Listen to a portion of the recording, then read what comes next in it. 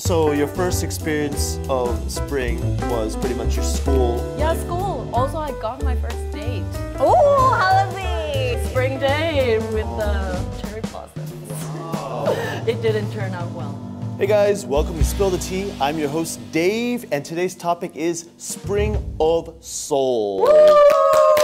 Today we're going to be talking about Seoul and your experiences in Seoul. Today I brought my actual real life friends. We're going to have a lot of fun. So guys, introduce yourselves please, starting with my closest. Hi guys, my name is Paolo and I'm from Italia. Nice to meet you, everybody. How long have you been in Korea now? It's like 6 years, almost. Hello everyone, I am Ghazal and I'm from Iran. How long have you been in Korea? It's around 8 years. 8 years. And let's introduce our last guest. So I'm Yulia from Finland. Nice to meet you all, guys. I have been all together around 9 years. You guys have been here for quite a while. So we have a lot to talk about spring in Seoul. Yeah. So shall we move on to our first question, our first topic? Let's do it. All right, guys, so I'm an old head of Korea. I've been here since 2008. And the first question is actually our first experience of spring in Seoul. But the problem is, I don't quite remember. It was a long time ago. This is 16 years ago. This is 16 years ago. Yeah, like the memory is not working anymore as well as before. It's gone now. Before we talk about mine, do any of you remember your first spring in Seoul? Well, for me, actually, I came to Korea in high school as an exchange student. The school year starts in March. So it's just around the time that spring also starts. So it was like the first days of school and like everything is so new. So your first experience of spring was pretty much your school? Yeah, school. Also, I got my first date. Oh, how was it? Spring day with the cherry blossoms. Wow. It didn't turn out well. Do you remember your first spring in Seoul? Actually, I remember it because I'm a very clubbing person. I like to go to clubbing, yeah? When I don't wear the padding, when I'm going to club, the spring is calm. You save money for the wardrobe. Yeah, that's the point actually. Do you remember your first spring? I came here the first time in 2009. The first spring, I remember everybody. Damn. What about fashion-wise? Do you feel there's a difference between spring fashion in Seoul versus spring fashion where you're from? Actually, in Iran, we have hijab, but in our country, in the spring, we have a new year that we call it Nowruz. So most of the people are going to buy new clothes, but every year, I think the fashion is change. And in Iran too? Yeah. But in the Korea, I think it's kind of very opposite. The way that the people wearing and the way that the people wearing in Iran. It's very different, yeah, it's kind absolutely. of very different. And spring is also the time of Seoul Fashion Week, so everybody's gathering. Oh, that's right. And DDP. Yeah, like if you're in Seoul during Fashion Week in spring, you have to go. So spring in Seoul, what are some signs that spring has come in Seoul? Well, for sure, you start to see different kind of colors. Because even though like cherry blossoms are the most famous ones, there is actually other really beautiful flowers you can see in Seoul even before the cherry blossoms. So I think that's when I feel like, okay, now spring is here. Definitely more green as well. Yes, more exactly. green as well. Well, for me, it's definitely the beginning of University Festival. When all the people goes out and gather to a university campus and they have like the best time of the year for me in Seoul is right spring. For me, it's changing the clothes. I just feel it when I don't wear the padding, so spring is calm. Yeah. Spring is definitely a time where new fashion is also introduced in Korea as well. But I think there's only one song that makes everything in Seoul become spring. And it is... Yeah, for sure.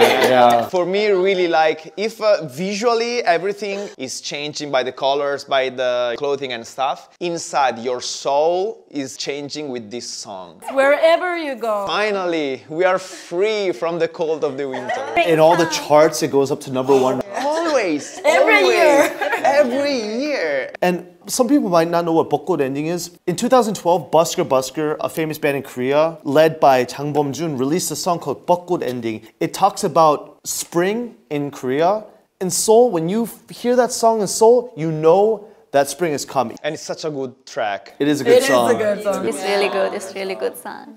So for people who want to visit Seoul, there's a lot of people who want to visit Seoul in the world right now. Oh, yeah. Hallyu is so big, the Korean wave is huge, Korean music, Korean entertainment is super popular. So there are a lot of people who are watching who might want to visit Seoul. So we as people who have been in Seoul a long time, we should probably give them some places to go during spring in Seoul. And there's a lot of things to do in spring in Seoul. For example, Korean cafe culture is huge. There's a lot of terrace cafes in Korea. There's a few places that I like to go. For example, you guys ever been to Yeonnam? Yeah. In spring, it's beautiful. Yeah, There's yeah. all the open cafes start coming out. There's a lot of terrace cafes there. I think one of the most beautiful place to enjoy terrace cafe is also like the Itaewon and Haebangchon area, because it's up the hill and it's near the Namsan Tower, so you can see everything from there because it's just up the hill and you can see all Seoul, and then you have the beautiful tower behind you. Especially all my Finnish friends, when they are coming to Seoul, what they love is sitting in front of convenience stores. That's true. It's a terrace that is really cheap terrace. So that's another one that you can actually enjoy with all the beautiful nature around you. So you see during spring, so many people start coming out because the weather is warmer now. Such a Seoul thing to do. Those like picnic table, folding table, and the huge umbrella to protect you from the sun. That's spring in Seoul. Speaking of picnics, have you guys ever done Hangang River picnics? Oh, of course. That's like the bucket list that you have to do in Korea. Yeah, you cannot miss that, especially if you are with a Korean that can help you like order food delivery, because they take the food, especially the chicken, right? We always go there to enjoy chicken and pizza and makchu or I know somak and stuff, and they deliver exactly the food where you at. They always, you know, come to your little tent and they give you the food. Actually, my favorite place is Sokchon Hosu because actually it's really near to my place that I live, and they have very like beautiful cafes near to there. So you can just sit there and enjoy it and see the people who are walking there. I didn't know there were cafes in Seoul. Yes, they have a restaurant and cafe, and the trash cafes also there. In front of the lake? Yeah, in front of the And lake. then you can also enjoy the latte around you, right? Yeah. It's really amazing. But like as we were talking about the university festivals, there's also like a lot of flower-related festivals in Seoul. For example, the Sokchon Lake Festival, and I think this year it's actually earlier than usually, so it's already in the end of March. And then of course Yeouido. Yeouido. And you should also check the weather forecast, because not only the weather forecast, there's also like the cherry blossom forecast, and they give you exactly, you know, the day that you should go in Seoul to, you know, to Which area of Seoul is the best? There's so many people though. On the weekends in Yeouido during the Cherry Blossom Festival, I've never seen so many people gathered. So that's why I think like a good tip is that if you're a tourist, go on a weekday. Yeah, weekday, yeah. Not on the weekend. So a big misconception is that the only place you can see a lot of these, I guess, what would you call this? Like flower roads? Yeah, flower roads. Is Yeouido or maybe around Hangang, but there's actually a ton of different places you can see these quote-unquote flower roads. If you go on the Seoul website, they all actually have an entire list of different places you can see with all these different flower roads, and there's so many beautiful ones. But while there's so many ones that we can recommend to people, let's talk about our own experiences. So my favorite flower road is Cheonggyecheon. You know why? I'm a city boy. I'm not a big nature boy. I don't go out to like camp and stuff, but I love nature within a city. And the nice thing about Cheonggyecheon is it's surrounded by city, but right in the middle, you have some beautiful nature, the cherry blossoms, you can walk on it, there's a little spring with all the water. It's a nice place to take pictures, so you can see some nature, walk out. So I kind of like that Cheonggyecheon. It's so close by all the attractions in the like Seoul city. So Downtown nature.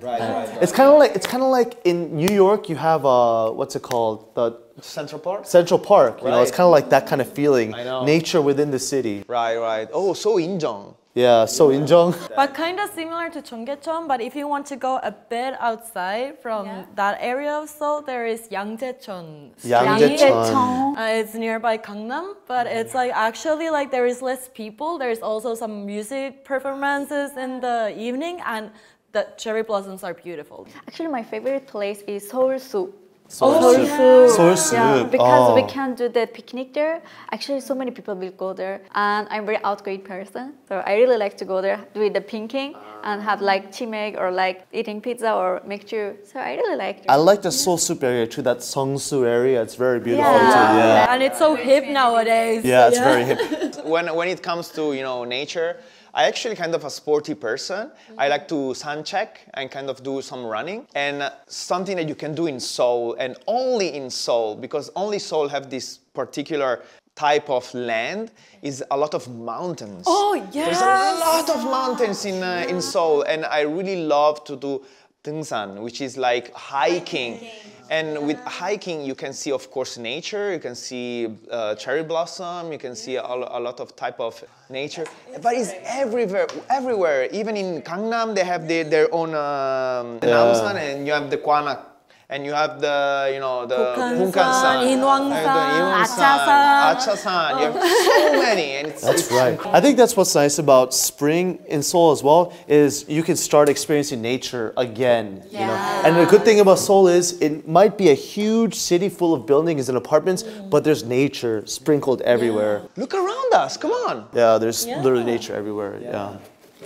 So I think today's topic was perfect, especially because of the timing. Right now it's March. It's about to become April. Spring is coming very soon. Time is flying. Is time not flying? Time is so fast. But don't you just feel happier now that the spring is like, you can feel the spring here? I'm cold now. I'm just always cold, so I'm excited for spring. So I hope you guys can take our unique experiences in Seoul and use it for yourself. I hope you guys can come visit Korea, and I hope that our experiences can help guide you guys to your own beautiful experiences in spring in Seoul. So stoked for the next episode. And if there's anything you guys want to learn about or anything you guys want us to talk about in the next episode, make sure to leave it in the comment. And thanks so much, guys, for joining us today. Thank you for having us. All right. Well, I'll see you guys in the next episode of Spill the Tea. Peace. Bye, guys. Bye.